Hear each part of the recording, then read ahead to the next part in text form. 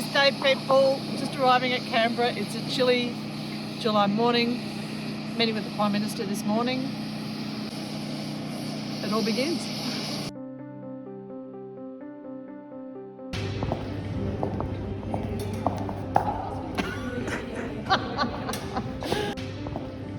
I declare open the 47th Parliament of the Commonwealth.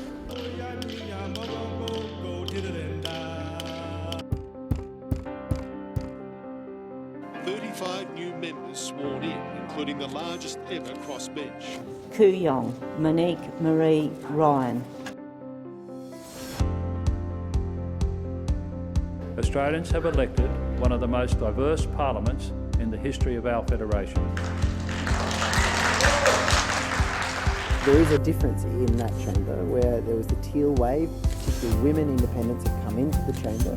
They're going to have an influence. Yeah, they were a big feature of the ceremonial opening of Parliament. I am the first woman and the first independent to represent this electorate. I will not be the last. The Albanese government is in Parliament today attempting to pass their first major test, introducing their climate bill. We've individually come up with a number of amendments that we will be talking to the government about next week. I was wondering if there's ever an issue that you could foresee that you held so dearly and you were so frustrated that you too might tip over the... I'm sure it's possible. I have to admit that even today, as the opposition were shouting at the government, I did feel the desire to shout at them that they should put a mask on. Can the Minister please explain how he proposes to manage the oncoming national significant burden of disability and chronic illness? Put your masks on. From repeated infection. Order.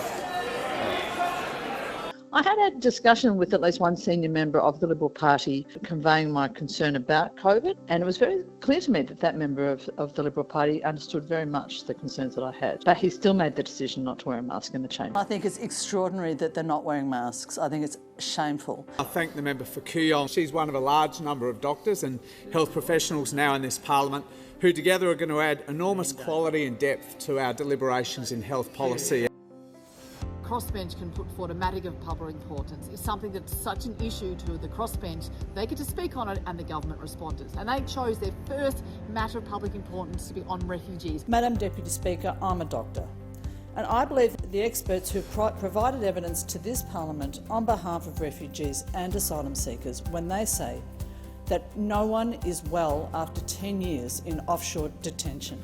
I say to the member for Warringah and indeed to all of the members of the crossbench that no more will vulnerable human beings be used as political footballs in this place or more broadly in the political debate. I wish to place on record the challenges faced by many families in engaging with the NDIS. We have an opportunity to transform Australia's response to the global refugee crisis. Responsible economic policy with foresight and long-term planning. That policy has to be predicated on effective and immediate action on climate change. Furthermore, our government needs to show leadership in its promotion of equality, respect and safety for women at home, in the workplace and in the community. It's been reported that super funds have paid $85 million to political parties in the last few years. We need more transparency over it. Labor is promising less. It was a hectic morning on the floor of the House of Representatives as MPs debated Labor's climate change bill.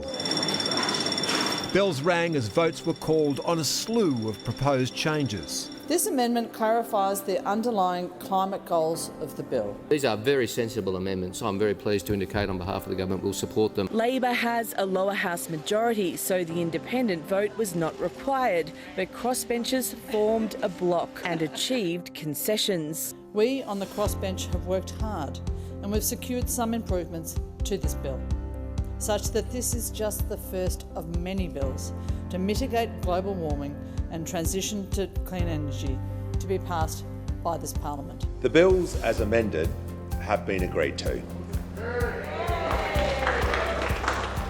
After more than a decade of the climate wars in Australia, Labor has finally passed their climate change bill through the House of Rep. Teal independents claiming victory too. Well, I think that was a really interesting dynamic. The Greens were given, I think, one amendment.